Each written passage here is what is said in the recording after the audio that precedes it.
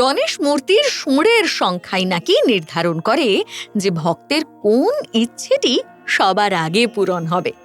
সাধারণত ১ সুঁড় বিশিষ্ট গণেশেরই পুজো হয় গৃহস্থ বাড়ি অথবা প্যান্ডেলে।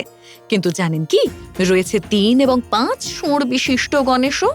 নানান মনস্কামনা পূরণের উদ্দেশ্যে ভক্তদল ভিড় করেন গণেশের ভিন্ন ভিন্ন রূপের কাছে।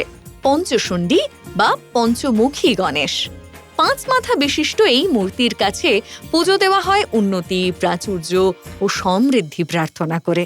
সিদ্ধিবিনায়ক তাঁর ৫ সুঁড় দিয়ে যেন সাফল্য ও ধন বর্ষণ করেন ভক্তের জীবনে।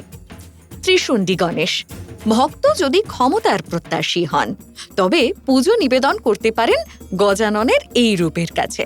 ভক্তের শ্রদ্ধায় তুষ্ট হলে ত্রিশুণ্ডী গণেশ তাঁকে ক্ষমতা, কর্মদক্ষতা, সাহস ও কর্তৃত্বের আশীর্বাদ দিতে পারেন।